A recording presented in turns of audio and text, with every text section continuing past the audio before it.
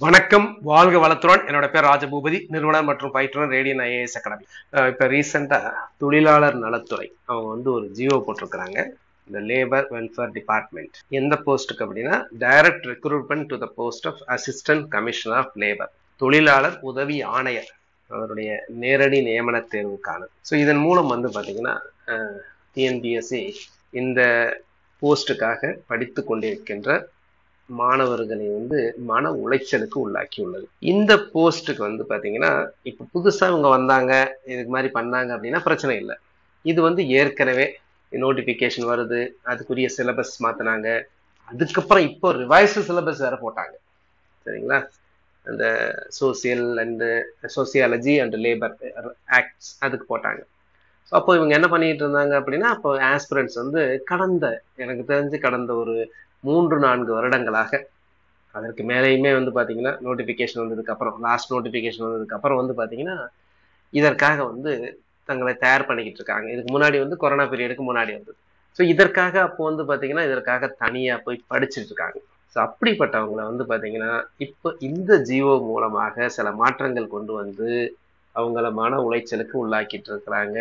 இதுல முக்கியமாக ஏஜ் ரிலாக்ஸேஷனும் இல்லாம போயிடுச்சு. அதுக்கு முன்னாடி ஏஜ் ரிலாக்ஸேஷன்ஸ் இந்த அசிஸ்டன்ட் கமிஷனர் ஆஃப் லேபருக்கு இல்லை. இந்த அசிஸ்டன்ட் கமிஷனர் ஆஃப் லேபர்லாம் யாரு எழுதுவாங்க அப்படின்னா, இவங்க எல்லாமே ரொம்ப டேலண்டட், இவங்க எல்லாமே கவர்மெண்ட் சர்வீஸ்ல இருக்கிறவங்க, அல்லது இந்த குரூப் 1 தேர்வை மிஸ் பண்ணவங்க. குரூப் 1 தேர்வை மிஸ் பண்ணவங்க, ஆனா குரூப் 1 லெவல் போஸ்ட்ல போய் இருக்கிறதுக்காக ஒரு வாய்ப்பு பாத்தீங்க அப்படின்னா இந்த தேர்வு மூலமாக இருந்தது. இது பாத்தீங்கன்னா ஒரே ஸ்டேஜ், மல்டிபிள் சாய்ஸ் கொஸ்டின்ஸ் வச்சு இந்த குரூப் 1க்கு ஈக்குவலண்டா இருக்கக்கூடிய போஸ்ட்டை நடத்திட்டு இருந்தாங்க. இதுல இப்போ மாற்றம் பண்ணிட்டாங்க, திடீர் மாற்றம். ஏற்கனவே இதோட நோட்டிபிகேஷன் வருது அப்படின்னு சொல்லி ஆனுவல் பிளானர்ல சேர்த்துட்டு அப்ப ஸ்டூடெண்ட்ஸ் எல்லாம் எதிர்பார்த்துக்கிட்டு இருந்தபோது, அப்ப கூட எதிர்பார்த்துக்கிட்டு இருக்கும்போது என்னன்னா சில குவாலிஃபிகேஷன்ஸ்ல சில எக்ஸ்ட்ரா ப்ரிஃபரன்ஸ் வைப்பாங்க, லைக் மெட்ராலஜி அந்த மாதிரி இருக்கும்போது பாத்தீங்கன்னா சடனா நிறைய மாற்றங்கள் பண்ணியிருக்காங்க. அதுதான் நம்ம பார்க்க போறோம். தொழிலாளர் நலத்துறை உதவி ஆணையர் தேர்வு குரூப் 1 தேர்வுடன் இணைக்கப்பட்டுள்ளது. இப்போ இதை குரூப் 1 தேர்வோட இணைச்சிட்டாங்க. இப்போ எப்படி குரூப் 1 தேர்வுல என்னெல்லாம் இருக்கு அப்படின்னா, டெபுட்டி கலெக்டர் இருக்கும், டிஎஸ்பி இருக்கும், டிஸ்ட்ரிக்ட் ரெஜிஸ்ட்ரார் இருக்கும், deputy register of cooperative societies இருக்கும். ஸோ இந்த மாதிரி assistant director of rural development இருக்கும். ஸோ இந்த மாதிரி இருக்கக்கூடிய போஸ்ட் எல்லாமே வச்சுதான் குரூப் 1க்கு எடுத்துட்டு இருக்காங்க. இப்போ இதை தனியா நடந்துகிட்டு இருந்தது, இப்ப இதை கொண்டு போய் குரூப் 1 தேர்வோட இணைச்சிட்டாங்க. ஸோ அதோடு அடிப்படை கல்வி தகுதியும் மாற்றப்பட்டு வயது வரம்பும் நிர்ணயிக்கப்பட்டுள்ளது. அடிப்படை கல்வி தகுதி இருந்தது, இப்ப அதுவெல்லாம் கிடையாது. ஏதாவது ஒரு பட்டப்படிப்பு படிச்சா போதும், நாங்க உங்களை ட்ரெயின் பண்ணிப்போம் அப்படின்றாங்க. வயது வரம்பும் நிர்ணயிக்கப்பட்டது. அப்போ நான் சொன்னேன் வயது வரம்பும் கிடையாது. பார்க்கலாம். ஸோ இந்த மாதிரி இதெல்லாம் குரூப் 1 போஸ்ட்ல இருக்கு. வருவாய் கோட்டாட்சியர் இதெல்லாமே என்னது உயர் பதவிகளை நேரடியாக நியமிப்பதற்கான டிஎன்பிஎஸ்சி குரூப் 1 தேர்வு நடத்தப்படுகிறது.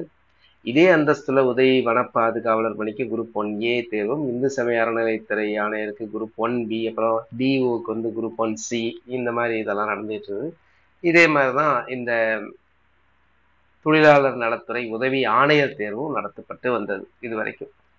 இதுக்கு என்ன குவாலிஃபிகேஷன்ஸ் வச்சிருந்தாங்க அப்படின்னா, இதற்கு தொழிலாளர் சட்டம் தொடர்பான முதுகலை படிப்பு அல்லது பட்டப்படிப்பு அல்லது ஏதேனும் ஒரு பட்டப்படிப்புடன் தொழிலாளர் சட்டம் தொடர்பான டிப்ளமோ அல்லது முதுகலை டிப்ளமோ படித்திருக்க வேண்டும்.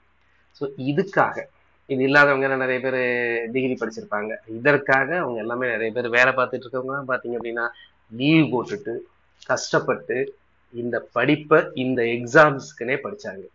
இந்த டிப்ளமோ அல்லது போஸ்ட் கிராஜுவேட் டிப்ளமோ இதற்காகவே படிச்சாங்க. இந்த தேர்வை தான் அவங்க வேற எல்லா தேர்வும் எழுத போறதில்லை. இது ஒரே ஒரு தேர்வுக்காகவே இருந்தவங்க எவ்வளவு பேர் இருக்காங்க. அதே சமயம் குரூப் 1 தேர்வு எழுத ஏதேனும் ஒரு பட்டப்படிப்பு படித்தாலே போதும். இந்நிலையில் இதுவரை சிறப்பு தேர்வாக நடத்தப்பட்ட ஒரு தொழிலாளர் துறை தேர்வு குரூப் 1 தேர்வுடன் இணைக்கப்பட்டுள்ளது. இவங்களுக்கு இப்ப என்ன பண்ணிட்டாங்க அப்படின்னா, ஏதாவது ஒரு பட்டப்படிப்பு படிச்சா போதும் அப்படின்னு சொல்றாங்க. இதற்கான அரசாணையின்படி தொழிலாளர் நலத்துறை உதவி ஆணையர் தேர்வுக்கு தற்போது நடைமுறையில் இருந்து வரும் அடிப்படை கல்வி தகுதி, அந்த கல்வி தகுதியெல்லாம் மாற்றி வச்சுட்டு இப்போ ஏதாவது ஒரு பட்டப்படிப்பு இருந்தால் போதும் அப்படின்னு சொல்றாங்க. அதோட ரொம்ப முக்கியமானது பாத்தீங்கன்னா, இதுவரையும் இந்த அசிஸ்டன்ட் கமிஷன் ஆஃப் லேபருக்கு பாத்தீங்கன்னா பிசி, எம்பிசி, பிசி முஸ்லிம், எஸ்சி, எஸ்சிஏ, எஸ்டி இவங்களுக்கெல்லாம் வயது வரம்பு கிடையாது. ஆனால் தற்போது குரூப் 1 தேர்வுடன் இது இணைக்கப்பட்டுள்ளதால் குரூப் 1 தேர்வுக்கான வயது வரம்பு கட்டுப்பாடும் இதற்கு பொருந்தும். குரூப் 1 தேர்வில் வந்து பாத்தீங்க அப்படின்னா பொது பிரிவினருக்கு இப்ப 34 இருக்கிறது. இந்த கொரோனா பீரியடுங்கிறதுனால 32+2 அதை கூட திடீர்னு எப்ப வேணாலும் மாத்தலாம். கொரோனா பீரியடுக்காக கொடுத்தோம், அதுக்கப்புறம் 2 நோட்டிபிகேஷன் வந்துருச்சு அப்படின்னு சொல்லிட்டு மாத்தினா கூட மாத்துவாங்க, சொல்ல முடியாது. அதனால 34 நம்ம நம்பவும் முடியாது. ஸோ +5 39 இருக்க முடியாது. 39 37 கூட குறைகிறதுக்கு வாய்ப்பு உண்டு. இந்த 39 நிறைய பேரை பாதிக்கும்னு நான் சொல்றேன். அதனாலதான் வந்து குரூப் 1 போன்ற தேர்வுகளுக்கு வந்து வயது வரம்பு மற்ற மாநிலங்கள் எல்லாமே 45க்கு மேல இருக்கிறதுனால குறைந்தபட்சம் 45 வேணும் அப்படின்னு சொல்லிட்டு இருக்கிறோம். அதற்காக நிறைய பல வருடங்களாக வந்து எல்லாரையும் பார்க்காத எல்லாத்தையும் பார்த்தாச்சு. இப்போ இதை கூட இன்னும் சீரியஸா பண்ணி பார்க்கணும். ஏன்னா இது வந்து அசிஸ்டன்ட் கமிஷனர் ஆஃப் லேபர் எழுதுறவங்களும் இதனால இப்ப பாதிக்கப்பட போறாங்க. ஸோ அதனால எல்லாமே சேர்ந்து இந்த குரூப் 1 தேர்வை வரக்கூடிய குரூப் 1 தேர்வோட வயது வரம்பை கண்டிப்பாக உயர்த்த வேண்டும்.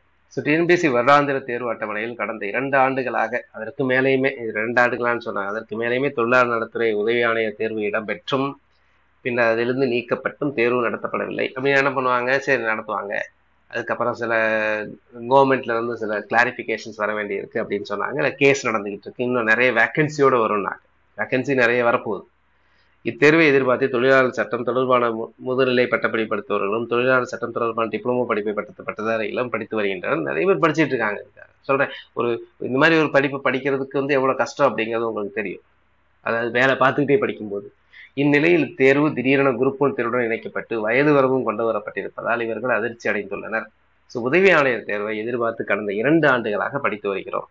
முன்பு இடஒதுக்கீட்டு பிரிவினருக்கு வயது வரம்பு கிடையாது. தற்போது வயது வரம்பு 39 என நினைக்கப்பட்டிருப்பதால் 39 வயது கலைந்தவர்கள் தேர்வுக்கு விண்ணப்பிக்க முடியாது. அந்த 39 கூட மாத்தலாம், அதையும் நம்ம யோசிச்சு வச்சுக்கணும்.